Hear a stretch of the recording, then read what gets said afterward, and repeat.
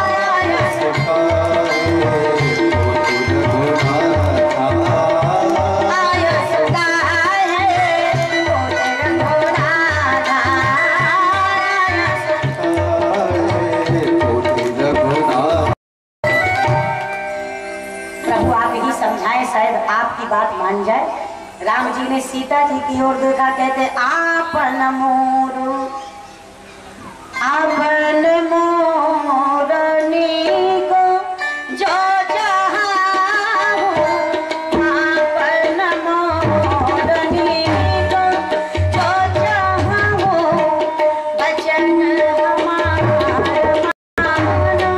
कह रहा हो, बचन हमारे वचन हमारे मानता रहो, वचन आय सुमोर सास शिवकाई,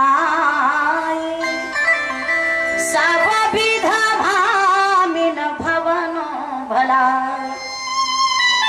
घर में रहो, सास ससुर की सेवा करो, और इसी के चलते 14 बरस पूरे हो जाएंगे, और जब तक मैं लौटूं जानकी, एक काम करना, तुम्हारा जहां मन माने वहां रहिएगा। पितुग्रह कबहू, पितुग्रह कबहू, कबहू ससुरारी,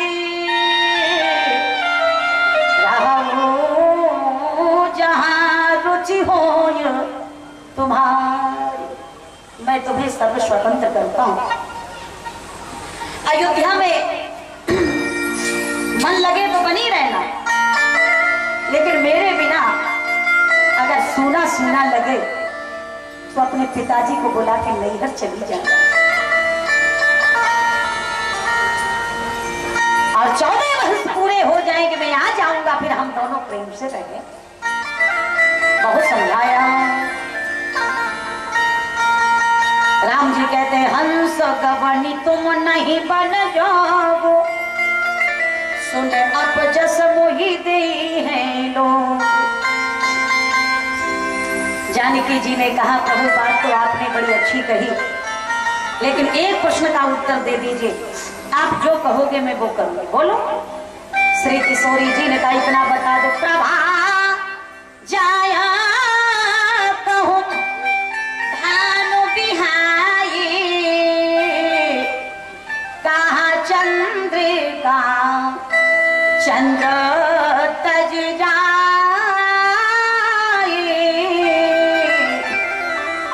क्या चंद्रमा को चांदनी से अलग किया जा सकता है? क्या बिल्कुल नहीं किया जा सकता। सीता जी ने कहा सुनो सरकार, यदि चंद्रमा से चांदनी अलग नहीं हो सकती, जल से जल की लहर अलग नहीं हो सकती,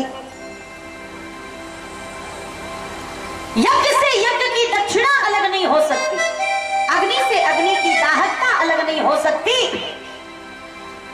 फूल से फूल की सुगंध अलग नहीं हो सकती, इसी प्रकार जीते जी क्या मरने के बाद भी कभी सीता राम से अलग नहीं हो सकती। ले गए तो शरीर जाएगा, नहीं ले गए तो प्राण जाएगा। लेकिन आपके बिना मैं अयोध्या में अकेले नहीं रहूंगी। प्रभु आप ही बताइए, धीरज धर्म मित्र अरुणादि, आपद काल परखिए क्या। धैर्य धर्म मित्र और नारी, इन चारों की परीक्षा सुख के समय में नहीं, दुख के समय में। यदि मैं महलों में रह गई और आप वन में चले गए तो समाज क्या कहेगा? सीता जी सतियों में शिरोमणि है, सती शिरोमणि सिर गुण गाथा। क्या सती नारी का यही लक्षण है कि पति दर दर की ठोकरें खावे और पत्नी राजमहलों का आनंद ले? नहीं भगवान, पति का धर्म क्या है? पकड़ा है हाथ जिस पत्नी का,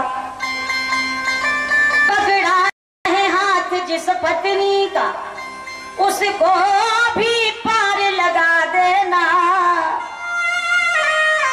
है। दुख का अनुभव उसे नहीं, हिल मिल करना वो चला ले। इस गृहस्थी रूपी गाड़ी के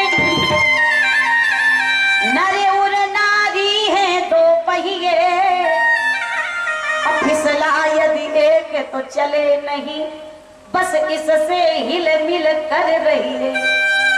पत्नी को भी आदर देकर, पत्नी को भी आदर देकर, हर परामर्श को लिया करें और ना रखें भाव से बिका का, उसको भी आदर दिया करें, उसको भी आदर दिया करें। और प्रभु एक बात बताइए, अगर आप हमें साथ में नहीं ले गए तो आपकी लीला संपन्न नहीं होगी। जब तक रावण मेरा हरण नहीं करेगा तब तक आप उसका मरण कैसे करो? और बिना गलती के कोई किसी को सजा दे दे, वो भगवान कैसे हो सकता है? तो जब तक मैं मध्यस्थता नहीं करूंगी तब तक आपकी लीला आगे बढ़ने वाली नहीं है। शक्ति के बिना शक्तिमान कुछ कर ही नहीं सकता। और दूसरी बात, राम जी ने कहा कि तुम कैसी धर्म पत्नी हो। पत्नी का कर्तव्य है कि पति की बात माने। मैं कह रहा हूं घर में रह जाओ और तुम जिद कर रही हो। सीता जी ने कहा कि मैं जिद नहीं कर रही हूं, मैं तो आपकी ही आज्ञा का पालन कर रही हूँ। कैसा पालन? मैं तो रोक रहा हूँ मेरे साथ मत चलो और तुम हट पकड़े बैठी हो। सीता जी ने कहा प्रभु आप नहीं जानते, जिस समय मेरी विदाई हुई तो मेरी माता सुनैना ने मुझे गोद में बिठा के शिक्षा देते हुए एक बात कही थी कि जानकी, ससुराल में जाके सास ससुर की गुरुजनों की, बड़ों की सेवा करना, पति की सेवा मत करना, बन जाए तो सेवा करना, नहीं तो कोई जरूरी नहीं। तो क्या करें? का एक काम करना, तुम्हारा कल्याण हो जाएगा। क्या करें? कहा सास ससुर गुरु सेवा करो, सास ससुर गुरु सेवा करो, सास ससुर गुरु सेवा करो, सास ससुर गुरु सेवा करो, पति रुख लखी आयस अनुसरहु, पति रुख लखी आयस अनुसरहु, पति रुख लखी आयस अनुसरहु, ओ पति रुख लखी आयस अनुसरहु। पति का जो रुख होना, उसके रुख को देख के काम करना। जैसे कोई भी बहन बेटी जब अपने माता पिता के यहाँ जाती है, दामाद जी साथ में होते हैं, और एक दो दिन रहने के बाद जब साली सरहजे घेर के बैठे, सास माता सहित सारे लोग कहें कि यदि जीजा जी, मेहमान जी, हे पाहुन, आपको जाना हो तो जाइए, वैसे आप भी रुकिए, लेकिन अगर समय नहीं है तो हम आपको बंधन में नहीं डालेंगे, लेकिन हमारी बिटिया को 2-4-10 दिन के लिए छोड़ दीजिए। तो वो सबके सामने कह देगा कि बिल्कुल बिल्कुल, मना किसने किया, और हमारी तरफ से 20 दिन रखो, हमें क्या मतलब। लेकिन दरवाजे के पास में खड़ी जो उसकी पत्नी है, वो सबके सामने तो कहता है कि ठीक है, हम छोड़ के चले जाएंगे, जब मर्जी हो तब पहुंचा दे। लेकिन निगाह उठा के वो पत्नी की ओर देख के इशारा करता है, खबरदार, हम कितना ही मना करें, लेकिन कल सुबह तैयारी करके और तुरंत मेरे पीछे पीछे चली आना, तुरंत चलने के लिए तैयार हो जाना। अब दूसरा दिन हुआ, अब बेचारी डर गई, क्या करे, जीवन जिसके साथ निकालना है, बात माननी पड़ेगी। और सारे लोगों ने कहा कि दामाद जी ने मना कर दिया और रहो इधर, फिर भेज देंगे।